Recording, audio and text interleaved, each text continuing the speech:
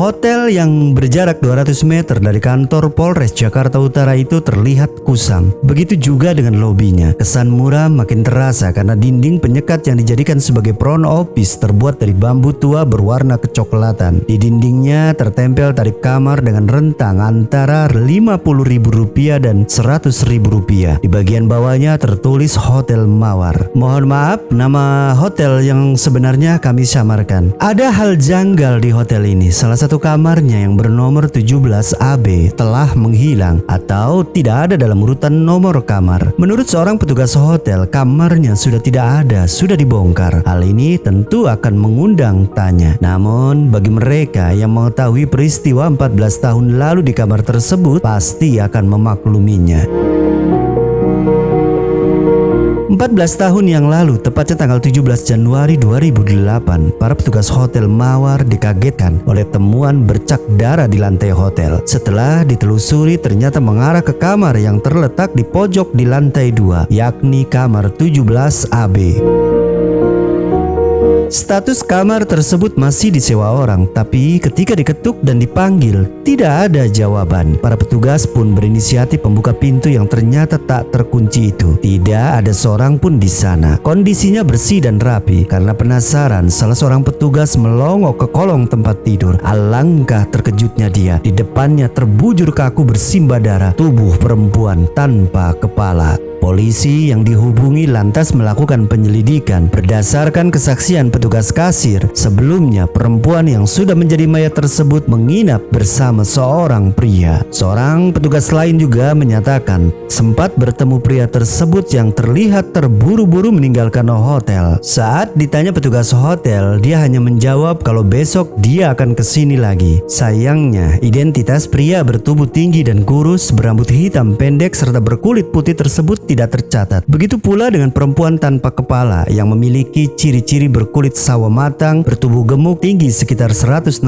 cm dan perut yang besar seperti sedang hamil. Tampaknya identitas korban memang sengaja dihilangkan. Siang itu, sehari setelah kejadian, di Kelurahan Lagoa, Koja, Jakarta Utara, seorang lelaki tua bernama Muhtarjo kebingungan. Sudah 2 hari anak perempuannya Atika Septiani yang berusia 22 tahun belum juga pulang ke rumah.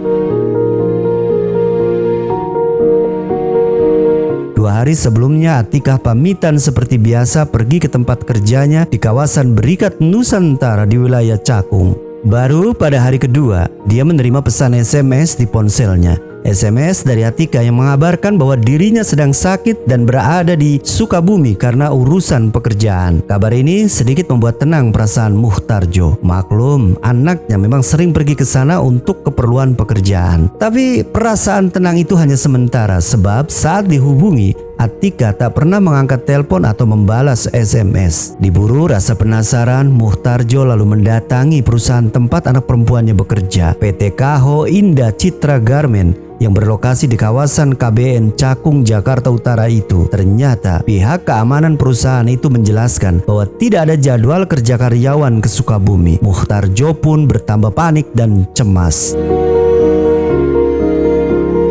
Kepanikan dan kecemasan Muhtarjo makin menjadi setelah menerima SMS mengagetkan. Anaknya, Atika, janda cerai 1 anak itu, memberi kabar melalui pesan pendek bahwa dia telah mendapat musibah. Dia dirampok, diperkosa, dan dibuang di Cibubur. Pada hari keempat setelah penemuan mayat wanita tanpa kepala di salah satu kamar hotel tadi, tepatnya pada tanggal 20 Januari 2008, seorang petugas kebersihan pemerintah DKI menemukan sepotong kepala manusia di tumpukan sampah di pintu air Kali Keresek di Jalan Raya Cilincing. Temuan tersebut disambut gembira pihak kepolisian pada saat itu yang tengah menyelidiki kasus kematian mayat perempuan tanpa kepala. Maklum, penemuan kepala tersebut tidak berselang lama dari penemuan tubuh wanita tanpa kepala di Hotel Mawar yang berjarak 2,5 km dari pintu air Kali Kresek. Potongan kepala tersebut langsung dibawa ke Rumah Sakit Cipto Mangunkusumo, Jakarta Pusat. Sehari sebelumnya, tanggal 19 Januari 2008, petugas kepolisian juga menerima laporan orang hilang dari Muhtarjo. Petugas selalu meminta surat-surat yang memuat sidik jari anak perempuan Muhtarjo tersebut. Tak menunggu waktu lama, pihak dokter forensik RSCM menyatakan potongan kepala dengan tubuh yang ditemukan di Hotel Mawar merupakan satu kesatuan atau satu bagian. Sidik jari potongan tubuh dengan sidik jari anak perempuan Muhtarjo yang bernama Atika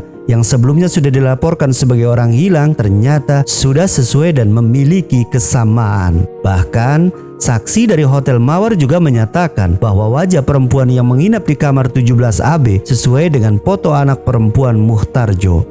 Badan Muhtarjo pun seketika langsung lemas saat mengetahui anaknya telah meninggal secara tragis. Dan dia tidak habis pikir dengan pelaku yang bertindak kejam serta sadis ini. Makhluk macam apa yang tega menghabisi anaknya dengan cara keji seperti ini? Siapa pelakunya?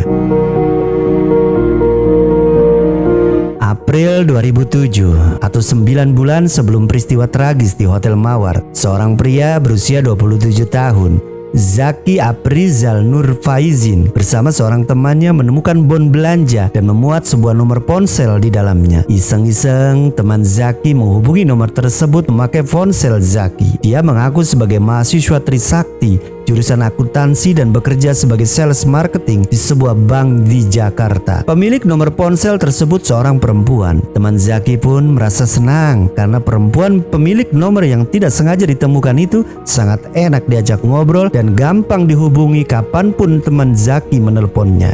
Hingga akhirnya hampir tiap malam keduanya mengobrol via ponsel dan saling mencurahkan isi hati. Sampai suatu hari teman Zaki itu memutuskan untuk pulang kampung dan dipastikan tidak bisa menghubungi perempuan itu lagi karena selama ini dia hanya memanfaatkan kebaikan hati Zaki yang mau meminjamkan HP padanya. Tapi perempuan tersebut masih terus menghubungi ponsel Zaki. Meski awalnya cuek, Zaki akhirnya tergoda untuk menjawab panggilan tersebut. Zaki kemudian berpura-pura menjadi temannya tadi.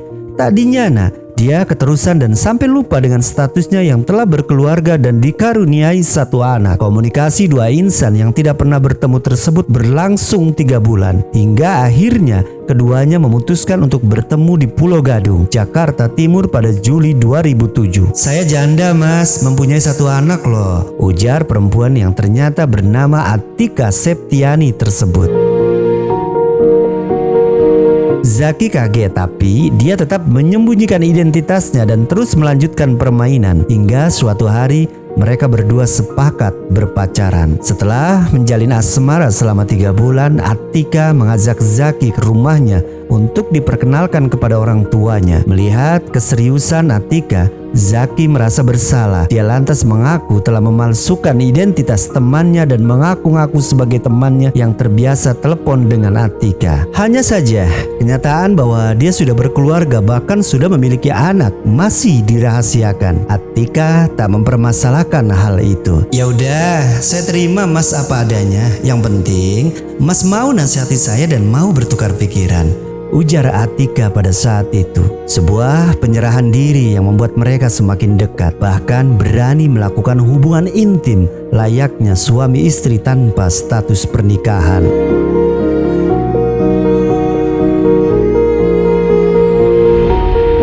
Akhir 2007, usia hubungan mereka menginjak usia 6 bulan. Atika mulai menginginkan hubungan yang lebih serius dan ingin dinikahi. Zaki pun bingung, maklum dia sudah punya istri dan anak. Keputusan berat harus diambil Zaki dengan harus terpaksa membuka statusnya yang asli. "Selama ini saya telah membohongi kamu. Saya orang biasa dan saya sudah menikah," ujar Zaki berterus terang dengan gemetar pada saat itu. Tentu saja Atika sangat terkejut dan kecewa bahwa selama ini dia hidup dalam kebohongan yang Zaki mainkan. Padahal selama ini dia sudah mempercayai semuanya. Bahkan kebohongan pertama yang Zaki lakukan seperti mengaku-ngaku sebagai temannya, Atika sudah maafkan.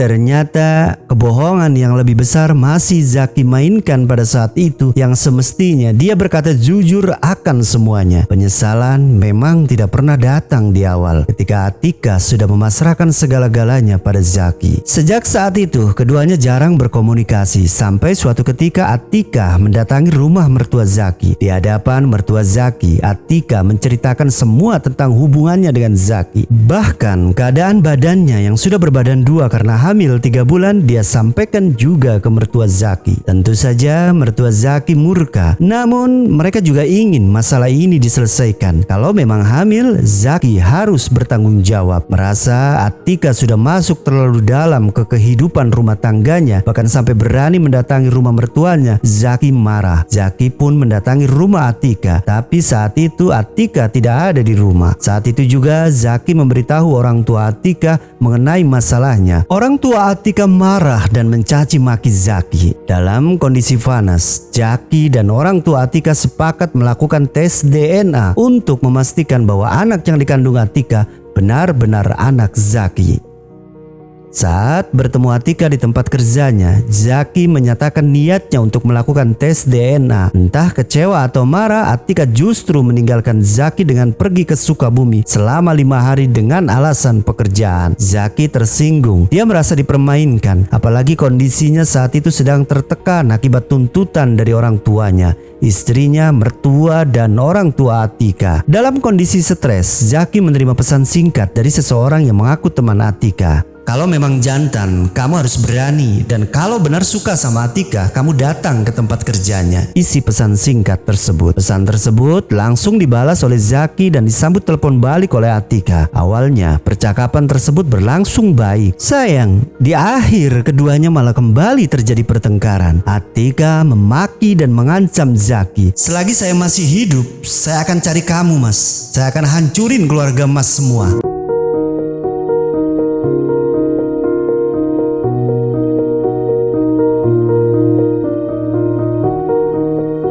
Siang hari, tanggal 17 Januari 2008, kedua sejoli yang sedang berkonflik panas ini bertemu di halte yang terletak di depan Plaza Koja, Jakarta Utara. Di halte yang berjarak 3 km dari rumah Atika ini, mereka kembali bertengkar. Keributan tersebut juga melibatkan istri Zaki yang dihubungi Atika melalui ponsel.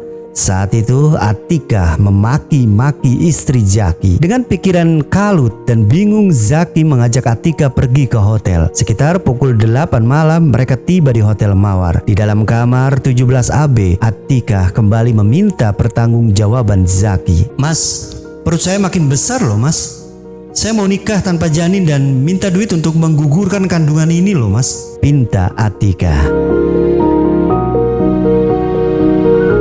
Ketegangan sempat mereda ketika mereka mulai saling mengungkapkan perasaan sayang. Bahkan keduanya sempat akan melakukan hubungan badan kembali. Hanya saja akhirnya Zaki mengetahui bahwa saat itu Atika sedang menjebaknya. Atika menghubungi ponsel istri Zaki dan membiarkan telepon tersebut dalam keadaan tetap tersambung saat mereka bermesraan. Kontan, Zaki meninju rahang Atika. Mas, matiin saya saja, Mas, kalau Mas berani, tantang Atika kala itu. Zaki pun makin gelap mata. Pisau yang sebelumnya disiapkan ditodongkan ke Atika. Atika berontak, tangannya sempat tergores. Sambil berusaha merebut pisau, Atika terus mencaci Zaki. Malam itu pergumulan keduanya berlangsung begitu sengit dan hebat hingga ujung pisau berhasil menancap di tubuh Atika. Akhirnya menyebabkan Atika harus meregang nyawa. Zaki kebingungan melihat Atika yang sudah tak bernyawa. Di dalam kekalutan itu entah apa yang terbersit dalam otaknya. Saat itu ia dengan menggunakan pisau tadi dia iris leher Atika sampai kepala itu terlepas. Darah pun muncrat berhamburan. Untuk menghilangkan jejak, kamar yang penuh bercak darah pun dibersihkan. Zaki juga mengganti spray, handuk, dan bantal yang berlumuran darah dengan yang masih bersih dari kamar sebelah. Tubuh korban yang sudah tanpa kepala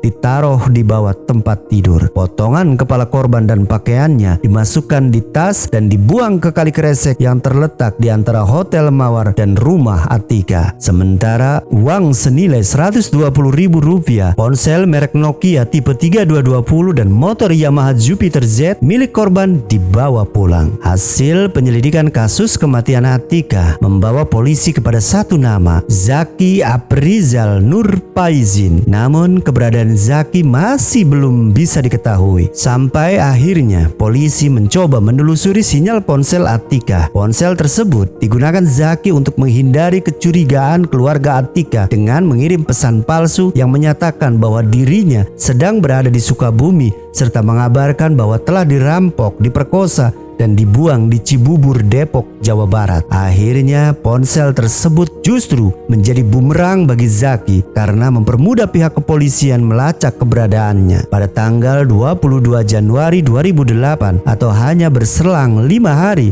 setelah pembunuhan, polisi menangkap Zaki di sebuah kontrakan di Jalan Kota Bambu Utara 2, Palmerah, Jakarta Barat. Kontrakan Zaki diisi oleh sejumlah pedagang nasi goreng yang juga sebagai profesi asli Zaki. Di kawasan yang banyak dihuni oleh para penjual makanan seperti bakso atau nasi goreng ini, Zaki dikenal sebagai seorang pria yang alim dan rajin beribadah.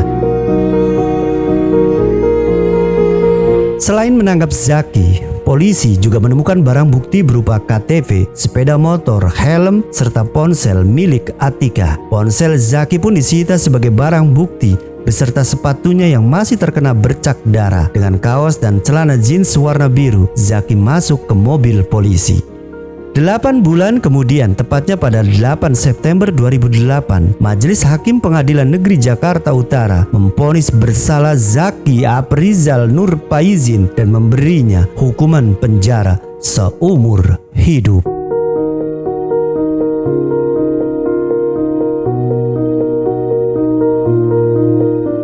Oke lah Lur, sadis, bener-bener sadis ya.